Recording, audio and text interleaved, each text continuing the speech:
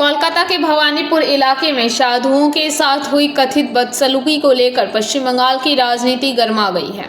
विधानसभा में विपक्ष के नेता शुभेंदु अधिकारी ने इस घटना को लेकर राज्य सरकार और पुलिस प्रशासन पर तीखा हमला बोला है। शुक्रवार को बागडोगरा एयरपोर्ट पर पत्रकारों से बातचीत करते हुए शुभेंदु अधिकारी ने आरोप लगाया कि मुख्यमंत्री ममता बनर्जी के अपने निर्वाचन क्षेत्र भवानीपुर में साधुओं के साथ जिहादी गुंडों ने मारपीट और अभद्रता की। उन्होंने सीधे तौर पर मुख्यमंत्री को निशाने पर लेते हुए कहा कि यह सब उनके इशारे पर हो रहा है।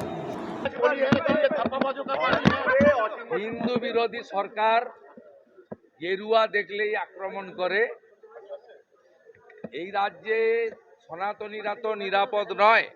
মুখ্যমন্ত্রী নিজের নির্বাচন কেন্দ্রে সাধুদের গায়ে হাত দিয়েছে তৃণমূল কংগ্রেসের জিহাদি গুন্ডারা।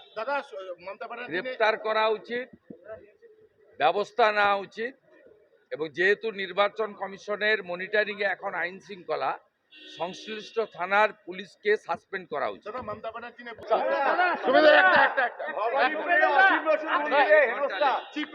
Bureau report PBTV news.